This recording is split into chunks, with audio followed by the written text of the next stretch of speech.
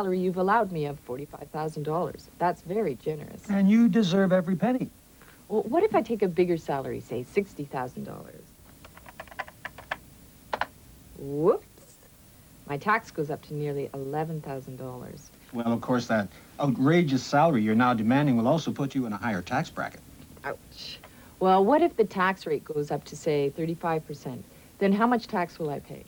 Well, if it's a flat rate, just change 28% to 35%, and you'll see. $13,385.40. Even worse. What if I bought more equipment? I could write that off, couldn't I? Say another $10,000 on equipment. Taxes due, $9,885.40. It's a bit better. Well, you see, that's the beauty of spreadsheets. You can play what-if games till the cows come home. It's like word processing, isn't it? You mean change one thing and everything else changes accordingly? Yeah. Right on. However much you change the numbers, the relationship between them stays the same. In fact, every single cell of the 2 million or so can be related to every other cell in any way you want. Sounds vaguely promiscuous. And that other principle of word processing, never type anything twice, does that also apply to spreadsheets? Yes, indeed. Get the household budget file, would you please? No, I don't want to look at that. The taxes were bad enough. In fact, I never want to see them again. Well, in that case, slash, enter, erase. Now, will you bring up your household budget just for me? You silver-tongued devil. Slash, file, and retrieve. Notice that your utilities, car, food, and miscellaneous change each month, but the house mortgage, that payment stays the same. So to avoid typing 849 over and over again, I... Move the cursor to 849, which is B5. Hit the slash key and C for copy. Now press enter. To where? To C5. Oh, no, I want to copy all the way across. We'll type a period to mark the end of the range, and then cursor across to H5 and press enter. Finally, a real labor-saving device. Now, if you're really nice to it, it'll even take out the garbage. But you ain't seen nothing yet. Wait till you try macros. Macros? We did them in word processing, didn't we? Yes, but with spreadsheets, you can get macros coming out of your ears. A macro is a device for saving keystrokes. It automates a string of keystrokes. The string can be a matter of a few seconds, or it can be several hours, which you run overnight. Now, I'll demonstrate a very simple macro.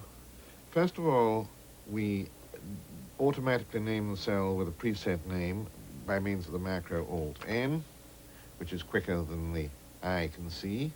Then we go to some other place in the spreadsheet, and when we want to return, we use the other companion macro Alt-R, and we're back exactly where we came from.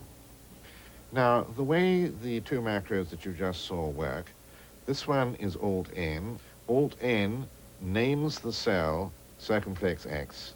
So the macro begins by deleting the name from wherever else it is.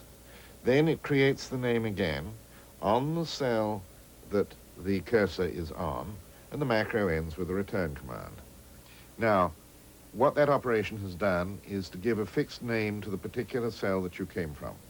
When you want to go back to it, you invoke a second macro called Alt-R. It takes you to circumflex X, which was the cell you came from. It goes up 5 and left 5.